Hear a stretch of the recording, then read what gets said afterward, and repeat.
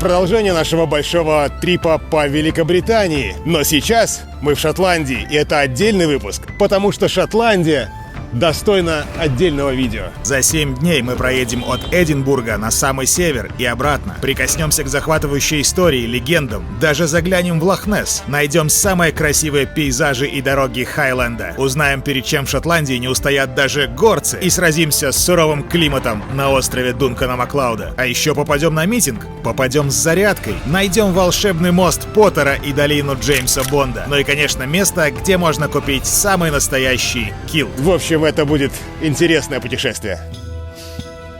Погнали.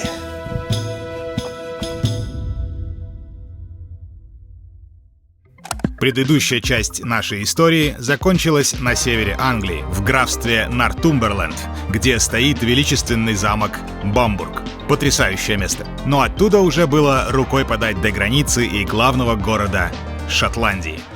Но с самого начала у нас все пошло немного не по плану. Как, впрочем, и многое в поездке по Шотландии. Итак, мы где-то возле Эдинбурга, в окрестностях. И в первый день мы совершенно неожиданно для себя остановились у совершенно незнакомых нам людей. Точнее как, это ребята, которые подписаны на наш канал, и они очень любезно пригласили нас остановиться у них в доме. Мы не могли отказаться, потому что в августе в Эдинбурге проходит огромное количество разных фестивалей. Вот, например, Эдинбургский интернациональный фестиваль. Здесь огромное количество народа. Население города увеличивается прям в несколько раз. Как нам рассказали ребята, что местные, у кого здесь квартиры или дома, на время августа уезжают из Эдинбурга и сдают здесь свое жилье. Таким образом, зарабатывая кучу денег по 7, 8, 10 тысяч фунтов. Ну, смотря у кого какое жилье, конечно. И такая движуха происходит каждый год. О, волынка, слышите? Мы не знали точных дат, когда мы здесь окажемся, и не бронировали заранее жилье. И когда мы сюда ехали, средний ценник на нас был в районе 1000 евро. Фунтов. Если вы соберетесь в Эдинбург в августе, этот момент надо учитывать. И это мы еще приехали на машине. Если лететь, то цены на билет вырастают с такой же скоростью, как и цены на квартиры. Поэтому, если вы соберетесь в Эдинбург в августе, покупайте билеты заранее. Но тут весело. Ребята оказались просто суперские. Было такое ощущение, что это наши хорошие старые знакомые. Особенно дети. Сразу влились в коллектив. Дружище, ты уже покраснел. Мало того, что они нас пристроили, разместили, так еще и угостили хаггисами. Это такая национальная шотландская еда. Потроха барана? Вот это? Да. Это надо есть? Надо есть. О, мне нравится, что оно такое остренькое. Да. Не, очень вкусно. И, кстати, неотвратно. Просто неотвратно, но прикольно. Потроха барана. Ну, шотландцы, все сурово здесь, конечно. И кроме этого, ребята на денек пристроили нашего коня, чтобы не таскаться с ним по Эдинбургу. Ну все, пока. Веди себя прилично, ты представляешь нашу семью. Не посрами нас. И этот самый, породу швейцарских овчарок тоже. Пристроили псыночка. Это, конечно, интересно. Такого опыта у нас еще не было. Ребята, спасибо вам, что вы здесь есть. Что бы мы без вас делали? Ночевали бы с палаткой где-нибудь под замком. Да, вполне возможно. Итак, вот он, древний, легендарный город Эдинбург. Как же давно я мечтал тут побывать.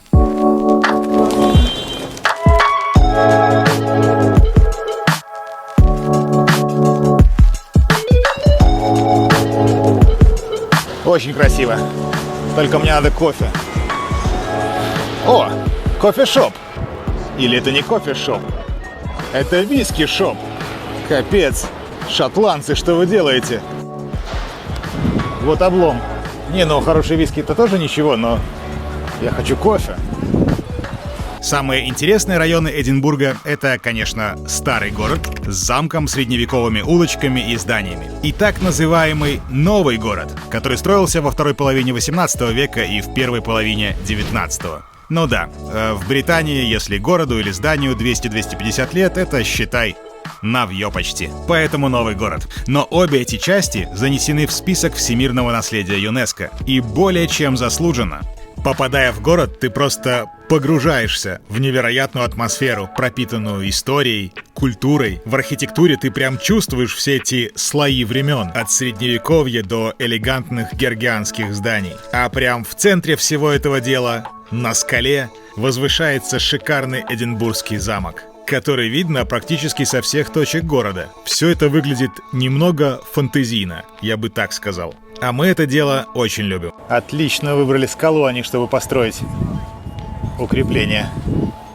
Очень классно, что в таких местах всегда есть табличка, на которой все написано. Википедия, что ли? Ну, типа такого. Вот здесь написано, что вулкан, лед и человек сформировали ландшафт перед вами. Короче, когда-то здесь был действующий вулкан, вот эта застывшая лава, она здесь собралась в такую кучу, условно застыла, а потом во время ледникового периода, когда льды сходили, вот сформировалась именно такая гора. Ну а дальше в 1125 году уже люди построили здесь первые крепости. Но вообще первые укрепления там были очень-очень давно. Что-то там есть упоминание в 600-х годах, что уже там что-то было. Замок неоднократно захватывали англичане во время войн с Шотландией. Было такое много раз. Есть много легенд, как шотландцы его возвращали себе. Есть легенда, что 30 шотландцев взобрались по этой отвесной скале и застали англичан врасплох. И так вернули себе замок. И еще там куча всяких историй. Но это же шотландцы, они... много историй у них есть. В общем, очень-очень-очень значимое место в Шотландии для шотландцев и вообще прекрасный замок. И, кстати, сам город расположен весьма в живописной местности, на берегу залива, между холмов, один из которых называется Трон Артура. И по легенде, именно здесь был тот самый знаменитый Камелот, где собирались рыцари круглого стола. Это, конечно, не точно, но с другой стороны, как я и говорю, сплошное фэнтези. Недаром Эдинбург в разные времена был домом и вдохновением для многих писателей, таких как Вальтер Скотт, Артур Конан Дойл и Джоан Роулинг. Это не шутка. Именно тут родился Гарри Поттер. Вот, даже есть кафе, где это происходило. Как гласит надпись, именно здесь родился Гарри Поттер. Правда, кафе закрыто, я не знаю, что с ним сейчас. Пару лет до этого здесь был такой неслабый пожар, и пострадало несколько зданий, одно из которых, к сожалению, это кафе. Но хозяин кафе утверждал, что тот самый столик, за которым работала Джоан Роулинг, уцелел и его отреставрируют. И само кафе по плану должно открыться к лету 2024 года. Поэтому придется вернуться.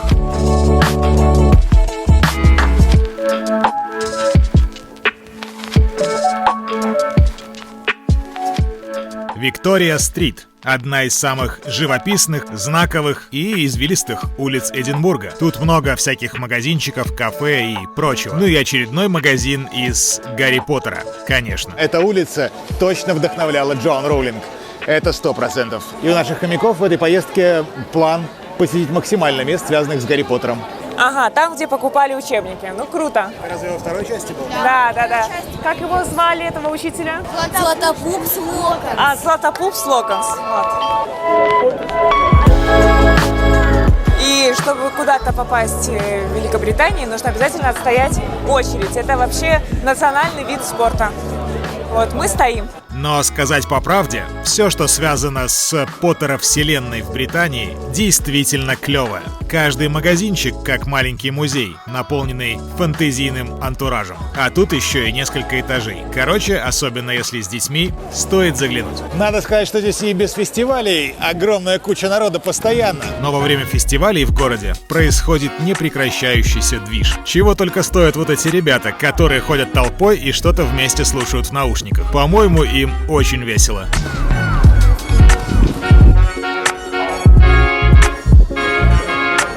Соня, они мне чем-то напомнили тебя.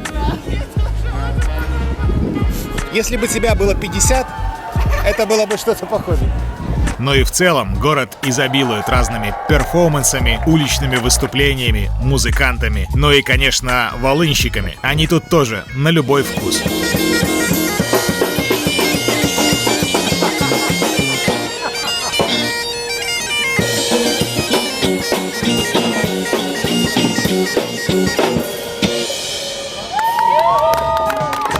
А вот эти вот надписи, куда смотреть на пешеходных, очень удачная идея. Особенно для туристов, которые Да. обязательно сюда. Я вам хочу сказать, эти подсказки спасают. Меня тоже все время тянет посмотреть не туда.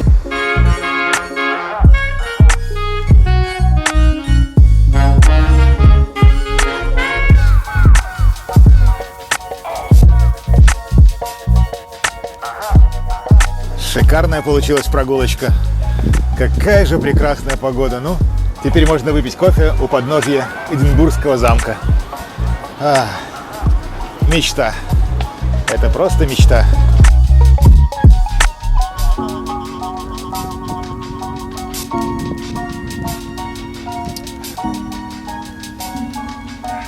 Очень хорошо.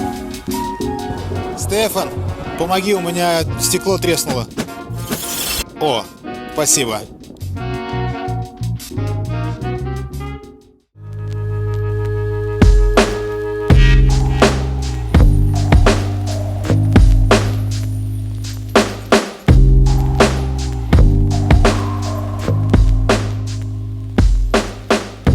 Все, поехали дальше.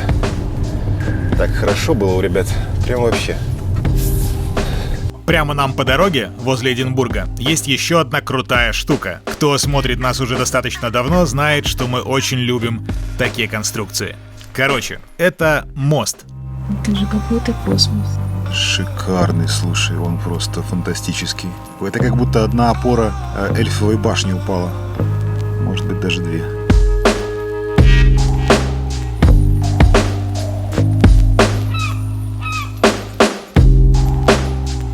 Да, классные мосты мы не пропускаем, как правило. Особенно такие. Это железнодорожный мост, через который идет путь от Эдинбурга на север, через залив Северного моря, Firth of Forth. Собственно, отсюда и название моста. Мост через Форт. И он не просто так напомнил нам Эйфелеву башню. Они буквально ровесники, строились практически в один и тот же год. Это Форт Бридж. Он крутого красного пожарного цвета. И это, наверное, тот период как раз всех инженерных сооружений. В 1890 году его, собственно, открыли. Это как раз то, что меня просто будоражит. Все эти конструкции открытые. На самом деле очень классно. Кстати, на его открытии был Эйфель, тот, который в Париже башню построил. И даже, по слухам, приложился какой-то частью к его созданию. Но это не точно. Зато точно, без преувеличения, мост относится к числу величайших инженерных достижений 19 века. Он был одним из первых консольных мостов в мире и несколько лет был рекордсменом по длине пролетов. Вот забавное фото, демонстрирующее прочность консольной конструкции. Это очень прочно, но если захотите повторить, будьте осторожны. Короче, мост шикарный, и сейчас это известная достопримечательность и туристическое место. Не такое, как Эйфелева башня, конечно, но, кстати, досталось ему от современников, как и башня в Париже. Например, поэт Уильям Моррис называл его образцом высшего уродства. Да, что сказать. Ничего они не понимали. Другие у них были представления о красоте.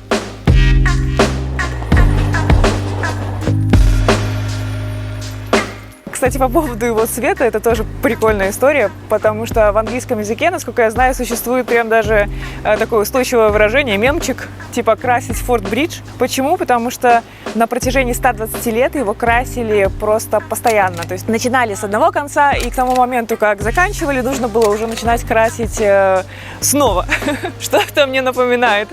Вот, в моей жизни, ну ладно. Короче говоря, только в 2012 году какая-то компания изобрели все-таки какой-то новый состав, вот, и теперь обещают, что 25 лет его как бы обновлять вот не нужно. Лично на меня, конечно, такие сооружения производят просто неизгладимое впечатление, вот.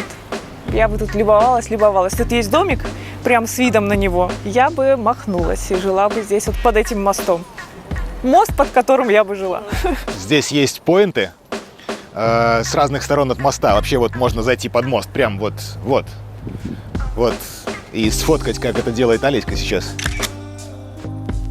Вот примерно так. Это на другой берег от Эдинбурга нужно переехать, и вот можно полюбоваться. Тут, как и везде, есть лавочки красивые, пейзажи, виды на залив, на паромы, пароходы. Кстати, вот кому-то эльфовая башня не нравится, а мне очень понравилось. Говорит, не стоит подниматься наверх. Я не согласен. Стоит. Если это сделать на закате. Да. Есть видео, кстати.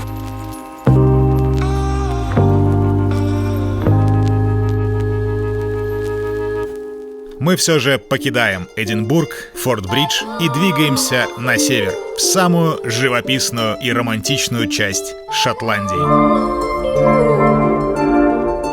Возле города Фолкирк, это недалеко от Эдинбурга, есть еще один интересный поинт, где можно сделать небольшую остановку. Называется Келпис. Это две гигантские металлические лошадиные головы, торчащие из земли. Считается достаточно известной современной достопримечательностью. Конструкция действительно весьма внушительная, высотой 30 метров. Это как девятиэтажка. С некоторых ракурсов и впрямь кажется, что они как будто вылазят из-под земли. А учитывая, что у нас имеется свой собственный конь, мы решили, это место стоит того, чтобы тут остановиться.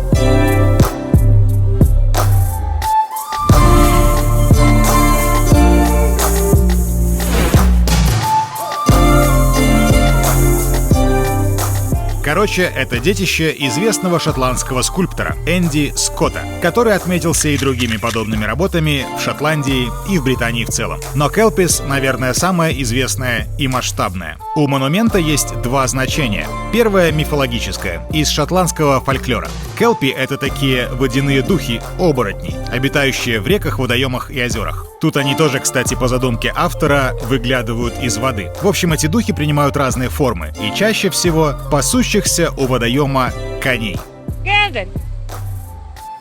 Ай, какой хороший конь! А второе значение, как рассказал сам Энди Скотт, это сделано в честь определенной породы — клейдесдальских лошадей. Это такие мощные лошадки, тяжеловозы, которые внесли огромный вклад в шотландскую промышленность и сельское хозяйство, доставляя грузы, таская баржи и так далее. Короче, долгое время тянули на себе шотландскую экономику, в прямом смысле этого слова. Вот это им памятник. И вроде бы, на момент постройки точно, это самые большие скульптуры лошадей в мире. Такая вот штуковина. Поэтому будете проездом, заезжайте. Тут есть на что посмотреть и где погулять. А, кстати, мы там встретили еще одного коня. Родственник, можно сказать. Только этот был из Нидерландов. Следующей точкой на нашей карте был знаменитый город Стерлинг. Говоря про Шотландию, можно мало встретить людей, которые не знали бы захватывающую историю Уильяма Уоллеса, храброго сердца. Мы все, конечно, знаем историю Уоллеса, практически все, из фильма. И я помню, что когда я посмотрел его, я был ребенком еще. Это один из фильмов, который произвел на меня неизгладимое впечатление. Еще и с тем самым потрясающим одноголосым переводом. Ты должен дать нам честь. Моя честь принадлежит Шотландии. Это кассета была, кстати, и я могу сказать, что я засмотрел ее до дыр. Сейчас уже так не скажешь про другие фильмы, а вот про то я могу сказать, да. Была кассета, которая была полностью уничтожена мной. И учитывая, что я был ребенком и ничего не знал до этого про Шотландию и Уоллеса, мне казалось, это чистая правда. Вот прям все так и было.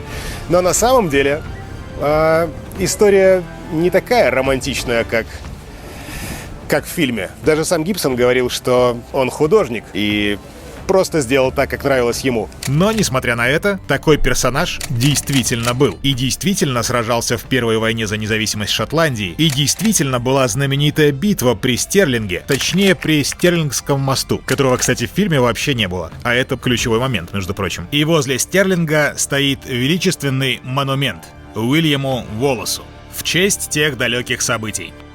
К нему, правда, нужно сделать небольшой хайкинг, в горочку, через красивый шотландский лес, который наполнен разными забавными историческими отсылками. Ну и не только ими. К монументу Уильяма Уоллеса можно встретить разных экзотических животных. Как правило, они обитают на деревьях, питаются конфетами и друг другом тоже иногда. Национальный монумент Уильяму Уоллесу построили в 1869 году. Прекрасная величественная башня. Это такой интересный стиль, называется стиль шотландских баронов. Сам недавно узнал. Смесь готических замков, что мне очень нравится, и возрождения. Если такую штуковину построили в честь Уильяма Уоллеса, значит, все-таки его здесь любят. Но национальный герой все-таки.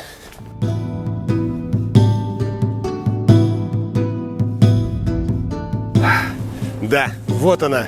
Для меня обязательная локация в Шотландии. Стояла в планах жирным маркером. Вот он какой, оказывается. А тут Стерлинг. Монумент построен на холме, с которого открывается вид на Стерлинг. Похоже, вероятно, что именно здесь были позиции Уильяма Уоллеса и шотландцев, которые громили англичан. Где-то вот там, где река. Но здесь вообще было много сражений. Такой достаточно важный город, который на пересечении дорог. Здесь равнина, окруженная холмами. Здесь удобно было воевать. Ух, время было. Монумент — это не просто башня. Это настоящий музей, посвященный тем событиям и вообще истории Шотландии. Все сделано очень круто и интересно.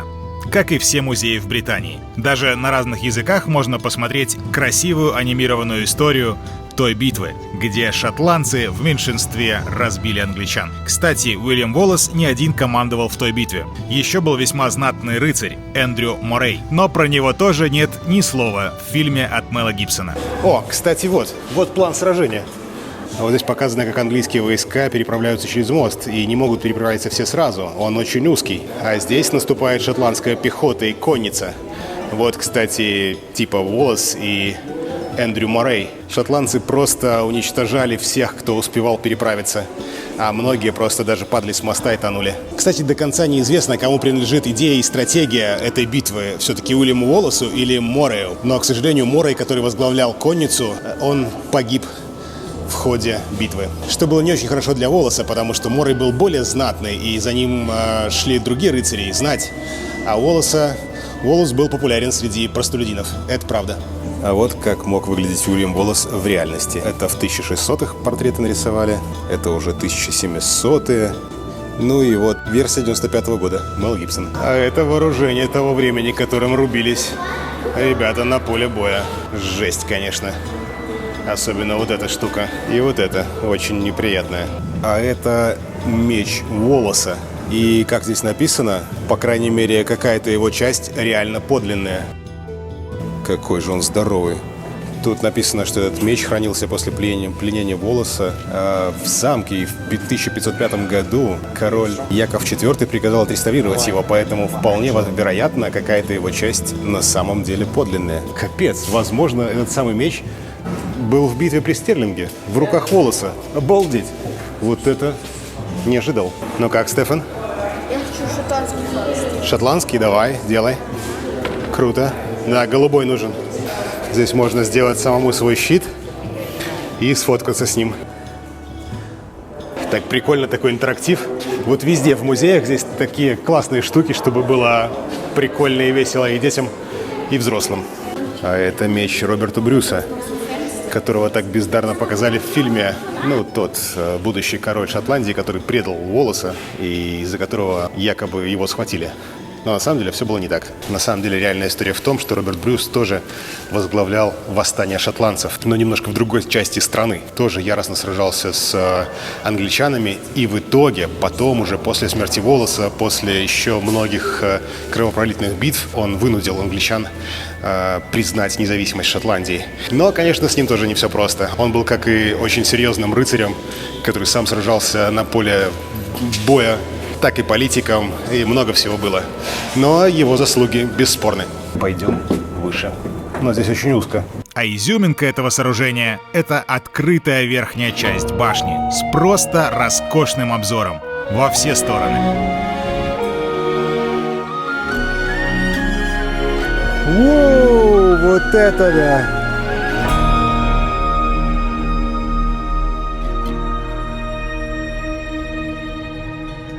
Я, если честно, не ожидал, что монумент Уоллесу настолько масштабный. И несмотря на то, что фильм получился роскошный, наверное, это один из тех исторических фильмов, который, абсолютно не исторический. Во-первых, это был конец 13 века. Шотландцы не ходили в бой в килтах. в юбках. Они не мазали себя синей краской, как кельты в каком-нибудь там 9 или 8 веке. И вообще, Волос был рыцарем, который носил доспехи, кольчугу. И скорее он выглядел не так, как в фильме, а вот что-то примерно того, как это изображено на этой башне, на фасаде. И постер к фильму, скорее всего, должен был быть каким-то таким. Но кому нужна эта историчность? Подумал Мел Гибсон. Ну и, в принципе, вся история о том, что он поднял восстание, потому что мстил за свою жену. Все это было написано через примерно 170 лет в какой-то поэме после этих событий. Поэтому с исторической точки зрения это, мягко говоря, легенда. В общем, через какое-то время, когда я почитал историю, я был очень разочарован. Но, несмотря на это все, сам Уильям Волос, как персонаж, он действительно был. И он национальный герой Шотландии. И он действительно сражался здесь, возле Стерлинга, и разбил англичан. То есть все эти события на самом деле были. И потом партизанскую войну Волос вел, был хранителем Шотландии. То есть он командовал всеми войсками, можно сказать. И он действительно был схвачен, и действительно был казнен, и судили его. И ему действительно отрубили голову и вывесили ее на Лондонском мосту. Поэтому он действительно национальный герой. И символ борьбы за независимость. Удивительно, вообще народ этой земли постоянно боролся за независимость.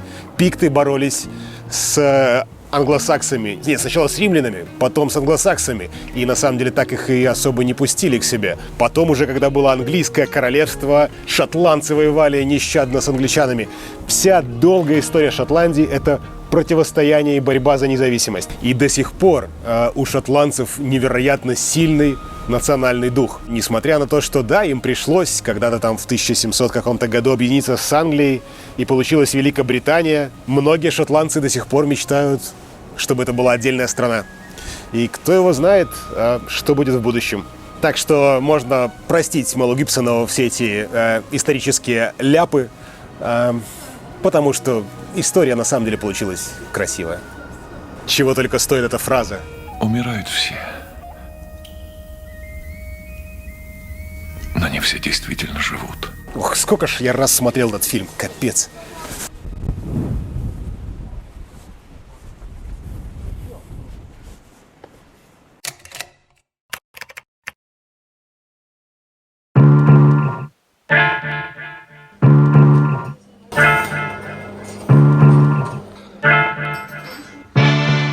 А это хаггис? Да. Овечьи потроха, да? Шикарный завтрак. Мы добрались до городка Инвернес, возле очень интересного озера. Инвернес — это самый крупный город в северной части Шотландии и центр региона Хайленд, самого известного большого и красивого региона Шотландии. Ну и самого туристического, конечно. В общем, это и была наша главная цель. Все самое крутое находится тут. Вот, например, река, протекающая через город. Называется Несс, а вытекает она из озера Лох-Несс, где, как говорят, водится то самое лохнесское чудовище. Но об этом чуть позже. Моя цель была прикупить тут настоящий шотландский килт. Ох, какая красота. Ведь килты изначально носили горцы, а это их земля. И в Инвернес можно найти килт на любой вкус. Мы не будем затрагивать тему появления и происхождения килта, там много спорных моментов. Но достаточно точно уже известно, что такой тартаровый килт, который шотландцы носят сегодня, появился только в 18-19 веке. Но, скорее всего, это продукт долгой эволюции шотландской одежды, которая когда-то представляла собой гигантский кусок шерстяной ткани до 8 метров в длину. Этакий плед, в который заворачивались горцы. И это было достаточно удобно, особенно в суровом климате. Ну а сейчас это бесспорно самый известный национальный символ Шотландии. И вопреки некоторым мнениям, шотландцы вполне часто носят килт в повседневной жизни. А не только по праздникам. Мы не раз это замечали в нашем путешествии. Вот тут ребята вообще в поход пошли в килтах. Конечно, чтобы полностью соответствовать традиции, под килтом не должно быть другой одежды. Если честно говоря, сомнительно как-то. Навряд ли я буду соответствовать полностью, но я ж турист, мне можно. Только вот цены на килты, конечно, кусаются. То это стоит 750 фунтов. 750 фунтов. 750. Да, вот, пожалуйста, 500 фунтов. А еще же целая куча всякой атрибутики нужна, чтобы все было вообще по фэншую. Короче, весь костюмчик легко может завесить несколько тысяч фунтов, и, как правило, его шьют на заказ. Но опять-таки, я турист. Мне надо, чтобы было качественно и недорого. И нам подсказали магазинчик, где это сочетание можно найти. Так, поиски килта продолжаются. Надо хотя бы попытаться. Что почем? Ну, это меньше, чем 700. Может, купим лучше 50 пачек печенья вместо килта? Может, кепку купим и все? За 20-очку. Стопудово. Кепочки хватит. По-моему, отлично. Но все же, отжалев пару сотен, Я его купил.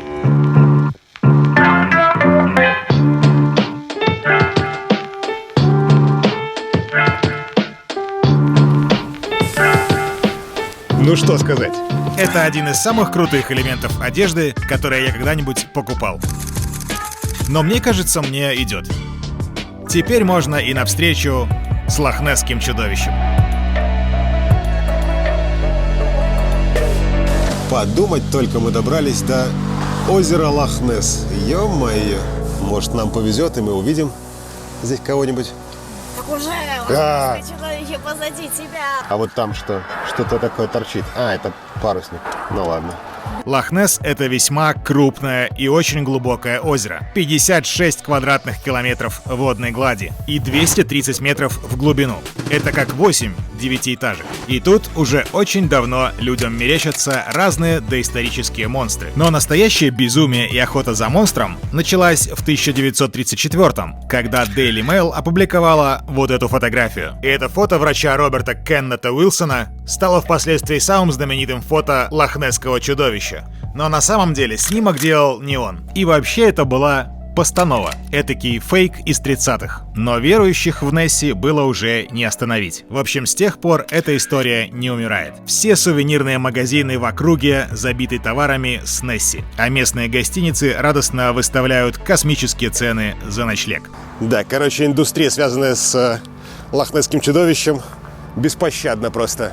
Самый такой важный поинт — это здесь и самый красивый — это замок.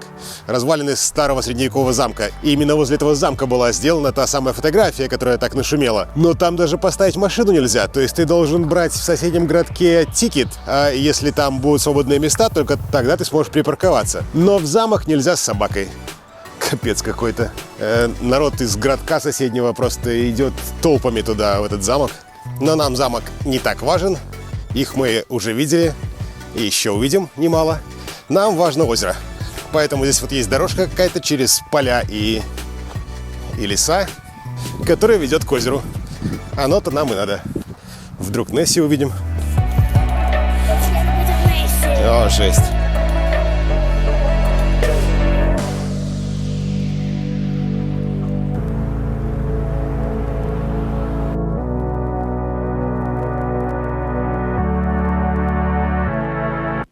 Только что тут было, честное слово. Неплохо. Я успела зарисовать. У вас же нет оснований мне не верить. Только что видно. Капец, ну это, конечно, Странно, что да. не заметили, как вы, собственно. Гэндальф, что тебе нравится Лохнесское озеро? Или тебе лужайка возле озера нравится больше? Да, естественно.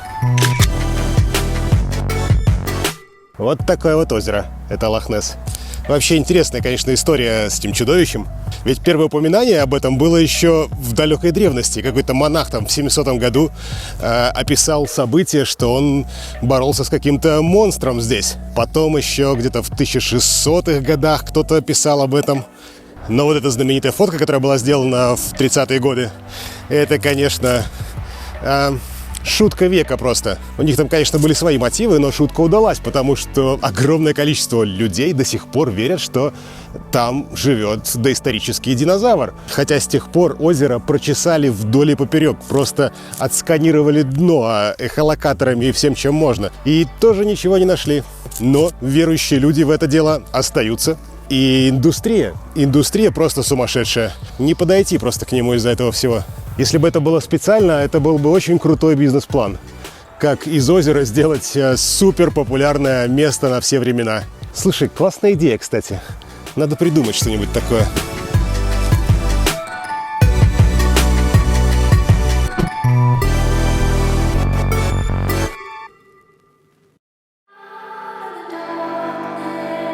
за озером Лохнесс, по дороге на север. Там начинается настоящий космос. Эти кажущиеся бесконечными и безлюдными просторы, холмы, скалы, поросшие цветущим вереском, небольшие озера и пролегающая через это все тоненькая извилистая дорожка с редкими встречками. Вот зачем мы ехали на север Шотландии.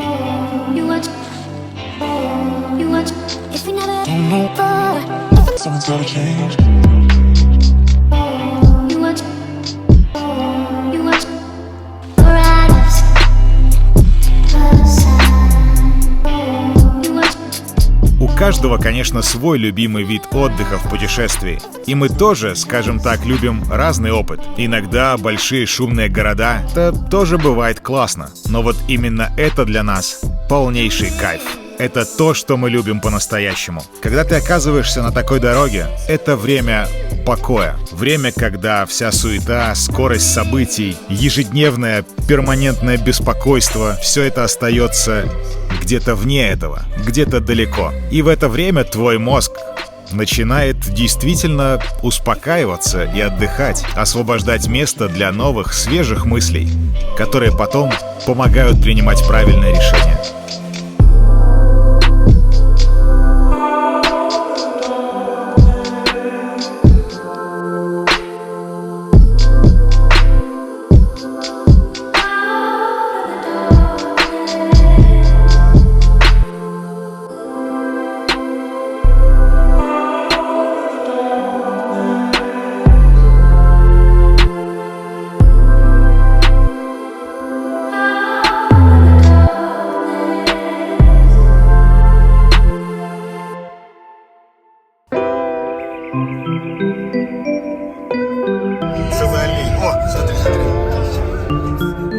Рогатое существо было. О, смотри, сколько их. Смотри, сколько.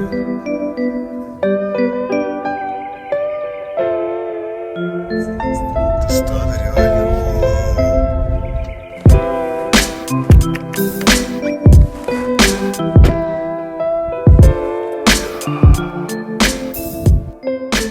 Ну что, мы вчера проехали еще около 100 миль на север до трассы, которая называется NC500. И это самая красивая трасса Великобритании.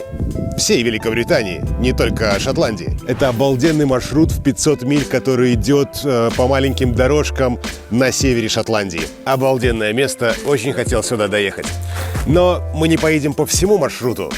500 миль, у нас просто не хватит времени. Но мы решили проехать немножко и доехать до одного из самых важных поинтов. Кто смотрел выпуски про Норвегию, помнят, как мы любим красивые мосты. Здесь тоже есть такой, в Шотландии. На нем тоже постоянно снимают то рекламу, то еще что. Топ Гир здесь катался. Кто здесь только не катался. Вот и мы тоже здесь. Класс. Но сначала кофе. Да.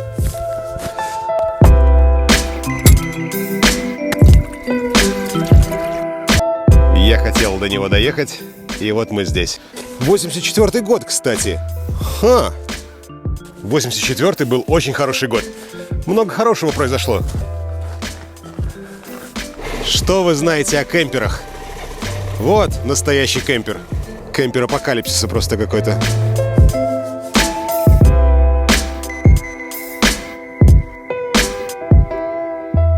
Ну, вот она. Кофеечек на фоне моста. Но есть штука в Шотландии, которая способна испортить даже такой момент.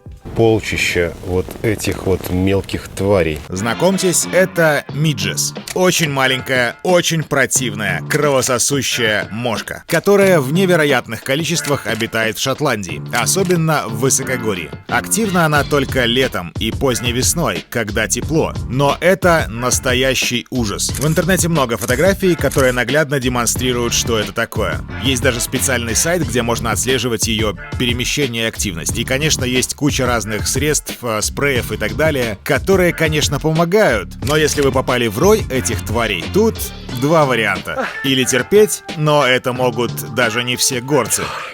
Или вспомнить фильм «Беги, Лола, беги». Можно еще, конечно, одеться как пчеловод, но у нас ничего похожего с собой не было. И, если честно, мы их конкретно недооценили. Когда начинали готовить кофе, они только разведывали наше местоположение, а через минуту выйти из машины уже было невозможно. Они нападают, они, щиплют, кусаются. Жутко неприятно. Они просто лезут всюду, в уши, в глаза.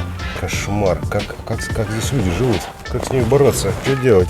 И нам просто пришлось искать другие места, попить кофе и посозерцать прекрасное. Это самый большой минус Шотландии летом.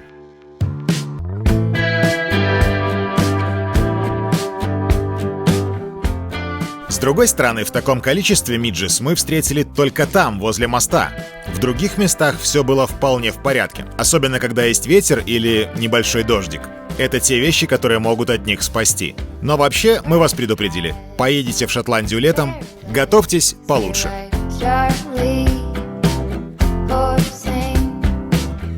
А мы вернемся к нашей трассе NC500. И кроме беспрерывной красоты на 360, тут постоянно встречаются разные прекрасные поинты со скамеечками и табличками, на которых можно прочитать, на что именно ты смотришь, как формировался здешний ландшафт и так далее. Здесь написано, что это один из самых лучших видов Британии, по крайней мере, для многих людей. А для геологов это одно из самых удивительных мест, потому что вот эта полоса, вот она там, это молодая порода, относительно. А вот это два кусочка, это более старая порода. Происходило, смещение плит, то вот такая вот, прям получился такой сэндвич. Старенький, новенький.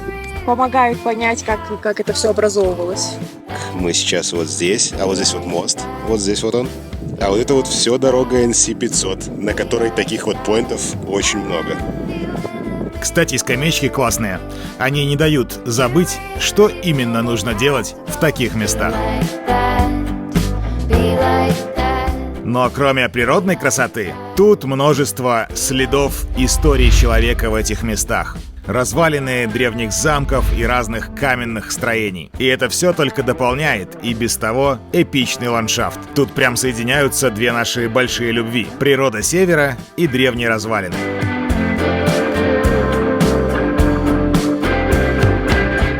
Кстати, вот отличие от Скандинавии. В Скандинавии таких строений не очень много, а здесь прям натыканы повсюду. Руины всякие, развалины и так далее. Исторические события здесь происходили чуть-чуть по-другому, чем в Скандинавии, поэтому здесь это было необходимо. И как же это классно вписывается в ландшафт, а? Как изюминка на торте. Ну а сам ландшафт, да. Сам ландшафт, мне кажется, очень напоминает Норвегию. Может быть, не такой масштаб, согласен. Да, но в целом картинка очень похожая. Вот такая Шотландия мне нравится.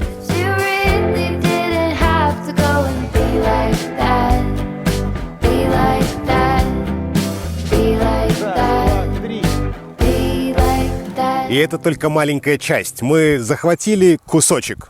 Как я и говорил, не будем делать все 500 миль. Но я думаю, что если сделать кружок по этой дороге, можно получить просто фантастическое удовольствие. А если еще погода, вообще прекрасно. Хотя мы еще не покидаем север Шотландии. Мы хотим попасть на остров, который, можно сказать, Шотландия в миниатюре. Надеюсь, у нас все получится и мы успеем. Остров называется Скай. Погнали. Кстати, туристы гоняют по этой трассе в большом количестве. И иногда на очень интересных экземплярах. Ну и вообще, дорога, конечно, огонь. Мне очень захотелось как-то приехать сюда только ради этого маршрута, чтобы проехать по нему не торопясь, последовать совету на скамеечке, насладиться и рассмотреть все в деталях. Это стоящий план, но оставим его на когда-нибудь потом.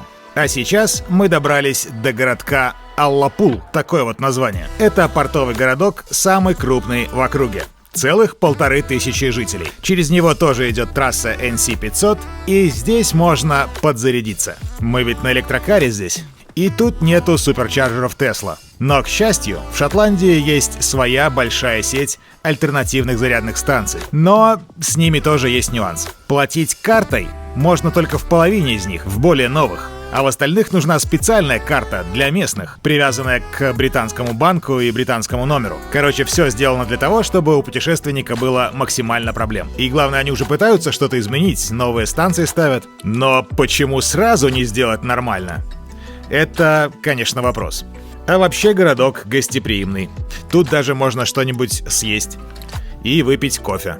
Это местная служба очистки номеров. О, смотри, реально. Слушай, надо ее пригласить к нам, чтобы она нам номер почистила тоже. Ну а дальше Олеська все-таки решилась попробовать, что такое левостороннее движение. Оказалось, ничего страшного. Стрёмно было только мне. Потому что она так клевенько входит в поворотики. Тормози-то что? Куда ты разогналась? Ты смотришь на навигатор вообще? Да. Смотрю. И смотрю, что нам нужно было поворачивать. Да, мы чуть-чуть справились. Ну, нормально. Подожди, ты отсюда повернешь? Куда я поверну отсюда? Ну, сложно перестроиться было? Или, в принципе, уже въехала более-менее? Нет, ну, на дороге вообще не сложно. Я думаю, что в городе, конечно, сложнее. Ну, слишком, как бы, напряженно ты такой, как бы, во все стороны смотришь. Можно запутаться, если быть невнимательным. Ну, то есть для этого нужно больше времени. А чисто, как бы, ехать в левой полосе, ну, вообще не сложно. А круговые у тебя уже были движения? Да, были. Нормально все? Да, нормально. У меня был какой-то лайтовый, как бы, круг. Один пока только. Ну, вот так вот. Короче, ничего сложного, в принципе. Все возможно. И вообще, хочу сказать, что я сдала на права в 31 год. До этого у меня не было никакого желания учиться водить. Я так рада, что я это сделала. То есть это было буквально вот пару лет назад? Молодец. Хороший мальчик. Надо было сказать, что я еще год стажа у меня. 70 еще. Зелень закрываю. вообще просто. Вот-вот, только-только. Еще права не остыли.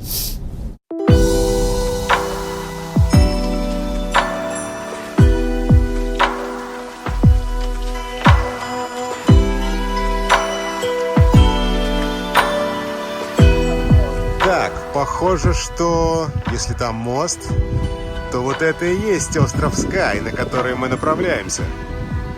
Выглядит очень многообещающе. Остров Скай, мы до тебя доехали. К сожалению, после 5 в этом городке все закрыто. Кроме вот этого замечательного заведения. Даже Гэндальфу перепал. Пицца не твоя. Давай, печеньки. Карта клевая, давай. О, хорош. Это мы где-то сейчас вот здесь вот въедем сюда. И что здесь есть? Вот олени есть какие-то. И водопад. Вот эта штука крутая. Вот она, да? Мы сюда должны попасть. Стопудово. А сюда это какое-то поселение кельтов, которым, короче, интроверты. Это кельты-интроверты, которые шли, короче, переправились на другой остров и дошли до самого конца и такие, будем жить здесь. Потому что все остальные кельты нас напрягают. На Скае действительно куча крутых мест. И это излюбленное место в Шотландии для путешественников и туристов. Замки, скалы, утесы, водопады и так далее. Это, кстати, родной остров клана Маклаудов. Ну, помните, легендарный горец Конор Маклауд. Останется только один. Его еще Шон Коннери тренировал. Правда, большинству больше известен его родственник Дункан Маклауд. Сериальное продолжение этой истории. Короче, эти бессмертные парни отсюда. И у нас на Скай были большие планы и почти 2 дня.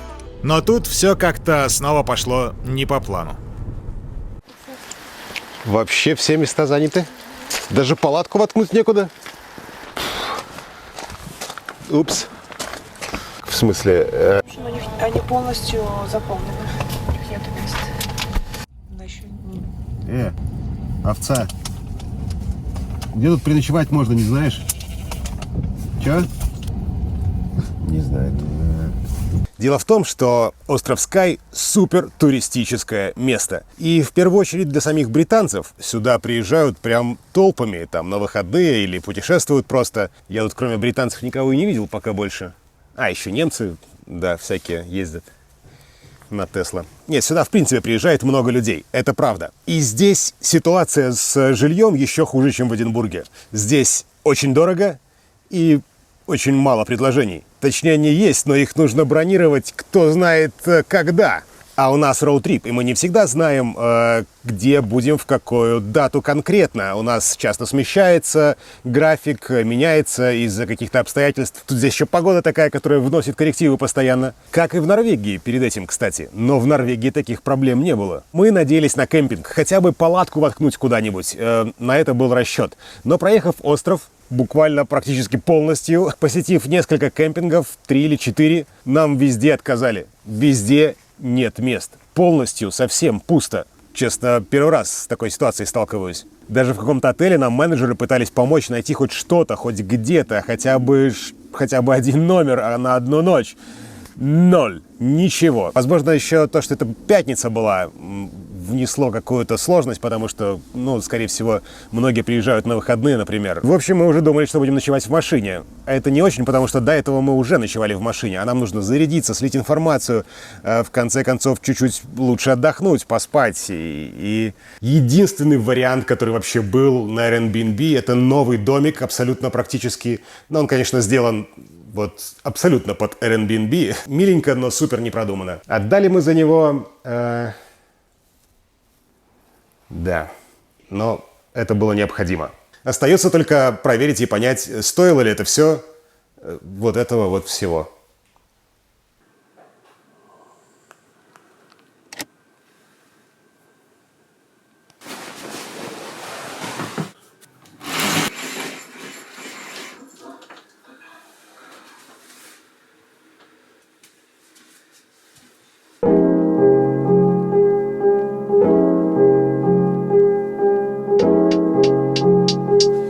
На утро нам все-таки повезло, и мы нашли кемпинг. И вот это мне уже нравится. 20 фунтов ночь. Отлично. Только погодка, северная.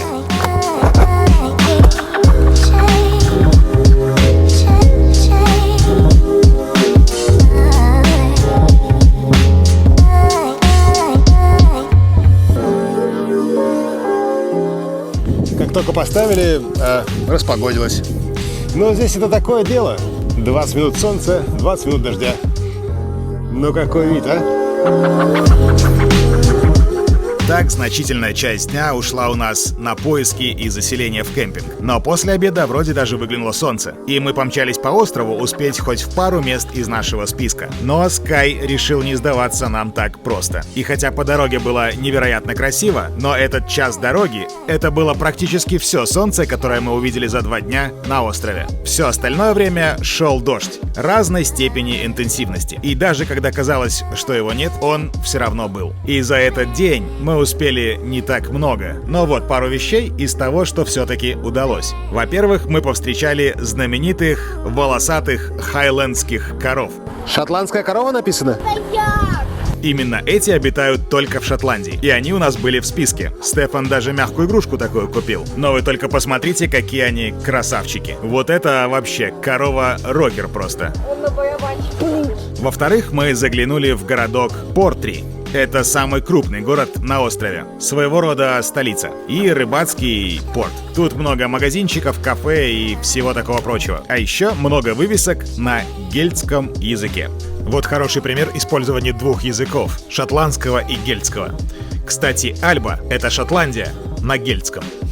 Вообще с этим гельтским языком это очень прикольно. Ведь его не осталось в Англии, например. Хотя когда-то на этих островах все говорили наподобие этого языка. Скажем так, древний кельтский язык. Там, где он остался, вообще в принципе, где он остался, это Шотландия, Уэльс. В Уэльсе, по-моему, даже больше всего. И Ирландия. Вообще здорово, что этот язык остается в такой форме. На нем стараются разговаривать, понимать. Какие-то фестивали проходят там и все остальное. То есть шотландцы стараются сохранять этот язык, наследие. Ну, как и в Уэльсе, как и в Ирландии, кстати, тоже. Ну и напоследок, мы очень надеялись успеть на закат, в долину Фей. Очень красивое местечко. И как бы если смотреть по времени, то закат был. Но по факту как-то не очень. Хорошо, что хоть дождь был не на максималках. А сама долина действительно симпатичная. Многие туристы даже наделяют это место чем-то магическим и постоянно выкладывают камешки кругами, как древние друиды. Надо сказать, что местные их периодически убирают, но каким-то образом камни постоянно появляются снова. В общем, красиво, но как-то быстро смеркалось.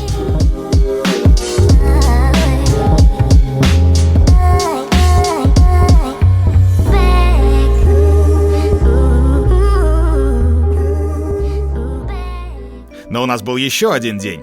Правда, с неутешительным прогнозом, но, как говорится, надежда умирает последней.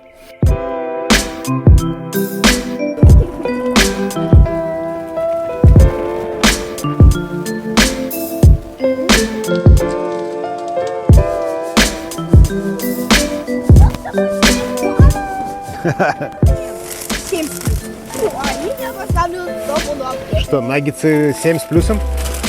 6 плюс. Сонь, давай. А это 10. Плюсом, как всегда.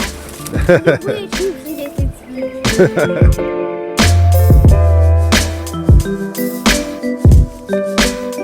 Ну, несмотря на то, что нам не удалось посмотреть как следует остров, но зато у нас получился шикарный кемпинг. Отличный вообще. Ну и сам остров. Мы за это время пересекли его несколько раз, проехав полностью от начала до конца. И даже рассматривая его с окна машины, он очень красивый. Я представляю, что здесь, когда погода немножко более благоприятная. Хотя такой вот туман и низкие облака, дождливые, тоже придают свой шарм этому месту. Пакуемся и гоним дальше. Шотландия еще не заканчивается. У каждого горца своя битва. Похоже, в этой победит Миша. Давай, сынок, я в тебя верю. Ты справишься.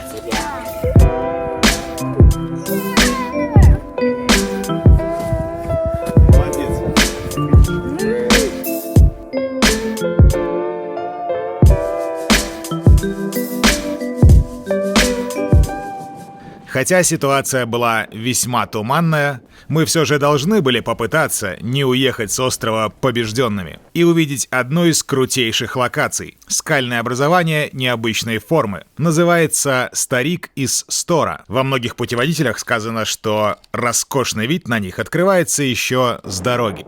Но... Что-то со Скаем у нас сложные отношения получаются пока что. И достопримечательность, куда мы должны пойти, вот она там. Она клевая, когда рассвет и есть лучи солнца. Идем. Ты же любишь север. Погнали. Че ты спишь там?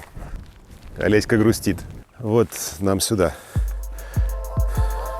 Чаще всего все-таки нам везло на севере с погодой. Ну, плюс-минус, относительно. Но когда у тебя роуд-трип, и ты забиваешь один день или пару часов на локацию, надо быть готовым, что будет вот такое вот. Дождь, туман, ветер, мрак.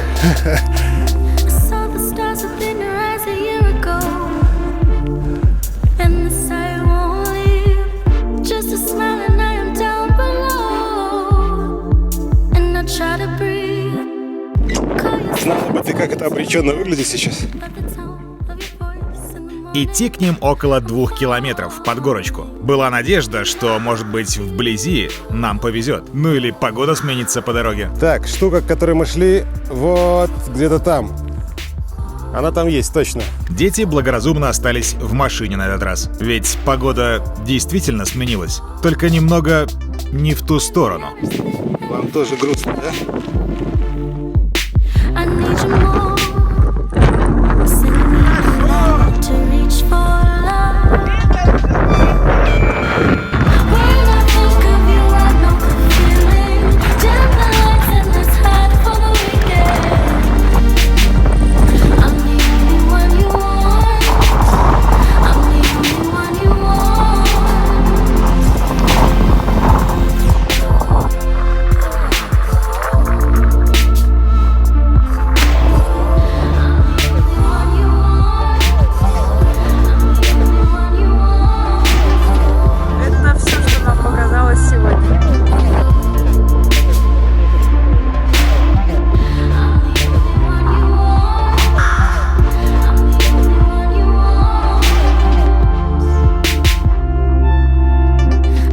Вообще отличный хайкинг получился. Шикарная шотландская погода. Боковой ветер с дождем. Дождь идет не сверху, он отовсюду. Туман, мрак, безысходность. Шикарно. И мы дошли, даже увидели силуэт этой штуковины. Как сказала Олеська пару минут назад, мы попытались. Кто не пытается, тот вообще ничего не видит. Вот. А вот так это выглядит зимой. А вот так в хорошую погоду. Вот и посмотрели. Подожди, голос за кадром. Да, ну, с Олеськой не удалось сходить, и я решил пробежаться с Гэндальфом еще раз на вершину. Ну и вернуться обратно. Получилось достаточно быстро. Почти правда. На этом мы все же решили, что со Скаем пора заканчивать. Будем считать, что мы не сдались без боя. И еще вернемся. Но, кстати, напоследок, на самом выезде с острова, на зарядочке, нас ждало кое-что интересное.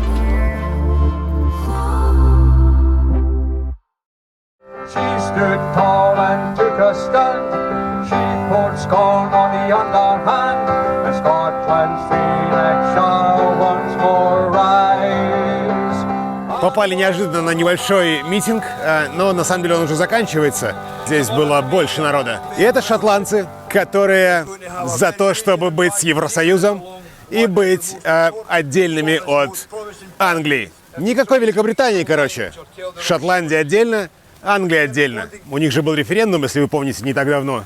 Но там что-то не срослось. Хотя вообще было что-то 50 на 50 примерно. Но там были свои нюансы, из-за которых ничего не получилось. Но шотландцы не сдаются. Но, в принципе, шотландцы, они давно хотят независимости. Они столько веков боролись за нее. Да, потом так получилось, что страны объединились, но до сих пор в Шотландии не пропадает желание отделиться и быть отдельной страной. Хотя с трудом верится, что англичане их когда-нибудь отпустят. Но если это произойдет, это будет прям ух. Надо продолжать верить. Что я могу сказать? Как белорусы делают. Ну а мы едем дальше. Если вы будете искать информацию, что посмотреть на Скае, да и вообще в Хайленде, вам обязательно попадется крутейший замок Эйлин Донан. Хотя это уже не Скай, это на другом берегу, прямо по дороге. Но это роскошное место. Один из самых романтичных и красивых замков Шотландии. Во многом из-за его фотогеничного расположения.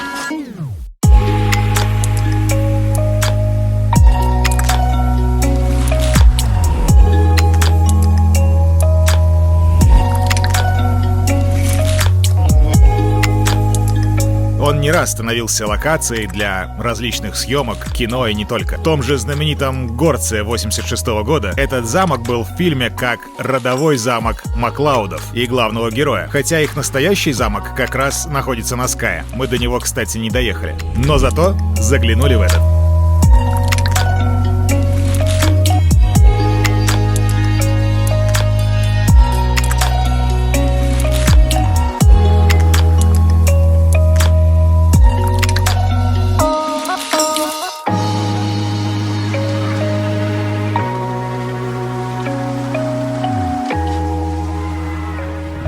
Такой небольшой, как и многие замки в Шотландии, но очень приятный на таком маленьком островке. Очень симпатичный. Любите замки? Заскакивайте. Не любите? Тоже заскакивайте. Это стоит того. Хорошее место. Едем дальше.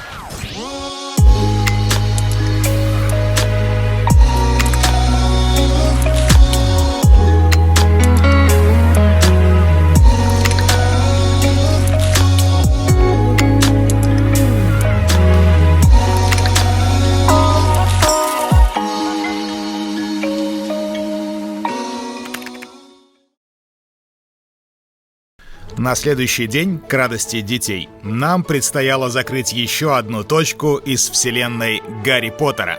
Ведь знаменитый Хогвартс находится, как известно, именно в Шотландии. Но мы его не нашли. А вот паровоз, на котором можно доехать в Хогвартс, тут можно встретить и посмотреть самый эпичный участок этого маршрута — виадук Гленфиннан.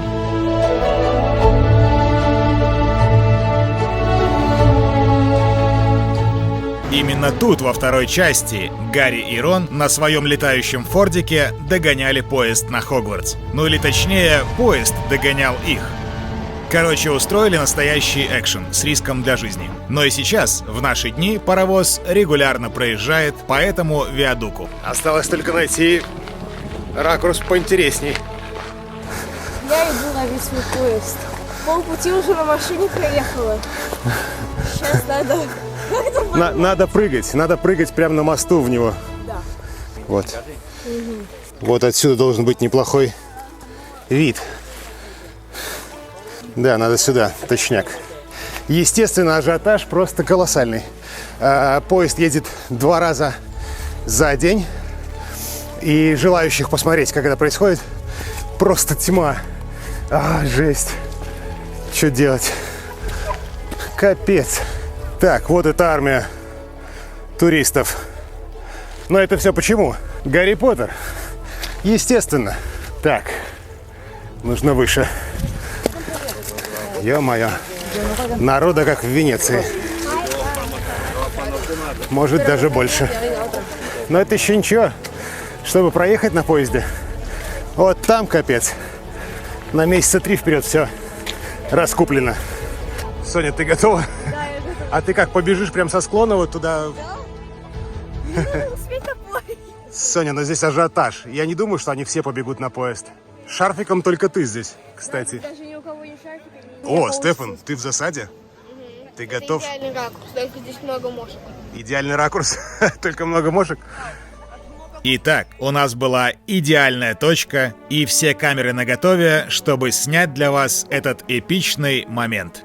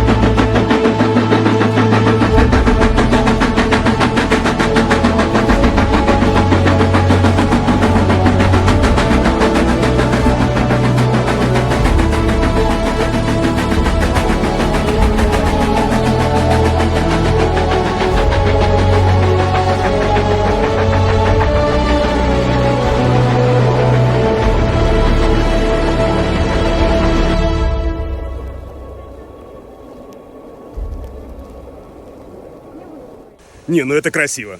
Реально. Красиво. Пар просто такой. Да, он пар. Медленно, плавно ехал, и такой пар просто белющий такой кадр. О, шикардос. Короче, был классный мост, виадук.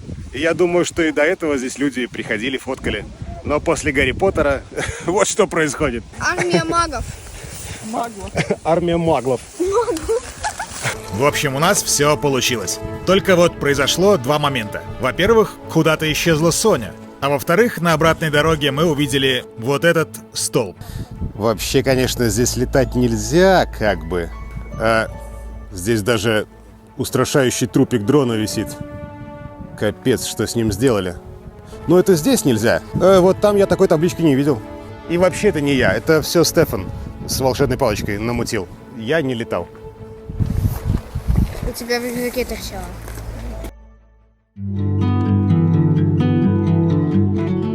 На этом наше время в Хайленде и в самой Шотландии заканчивалось. Впереди была еще половина Англии и Лондон, о чем у нас уже есть другие видео. Но напоследок мы заехали в одно из самых красивых мест на юго-западе Хайленда, в долину Гленко. Но вообще с долиной связана весьма печальная история. В конце 17 века в ходе политической борьбы представители клана Кэмпбеллов с солдатами нового короля вероломно напали и практически истребили жившую здесь целую ветвь клана Макдональдов, включая женщин и детей. Происшествие было резонансным даже по тем временам, и с тех пор это место называют «Долиной слез». Такая вот история. Сейчас долина привлекает много путешественников и постоянно становится площадкой для съемок. Того же Гарри Поттера, например. А еще здесь есть Skyfall Point из фильма о Бонде. Место его молодости, куда он привез М, и где они любовались здешним пейзажем. Да, ведь Бонд он тоже из Шотландии. Короче, тут обязательно нужно повторить этот кадр.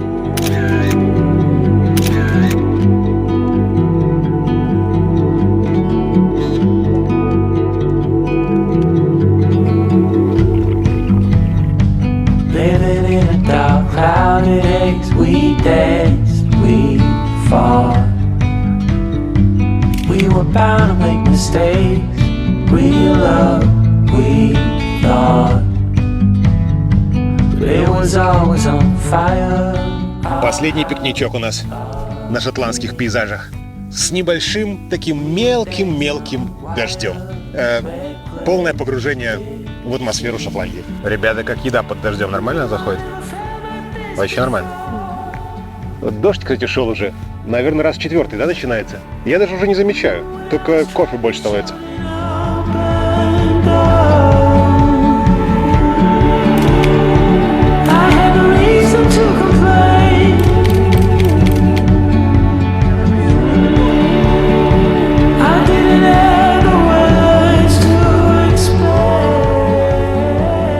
Еще интересный момент для путешествия по Шотландии. Здесь, как и в Норвегии, можно вполне официально устроить кемпинг дикарем на 1 или 2 дня, по-моему, или даже на 3. Короче, что-то вот такое. Вот мы заехали в долину, где по дороге здесь стоит пару кемперов. Кстати, там кто-то палатки разбил. Но это все на расстоянии таком внушительном. И вот мы здесь сидим абсолютно в одиночестве. Мне кажется, если вы интроверт, стоит рассмотреть этот вот вариант. Это очень неплохо. Вот Олеська уже собирается. Я уже частично переезжаю. Но на этом прекрасном моменте и пикничке мы заканчиваем с высокогорной и самой красивой частью Шотландии. Двигаемся в Глазго, а там уже дальше вниз в Англию.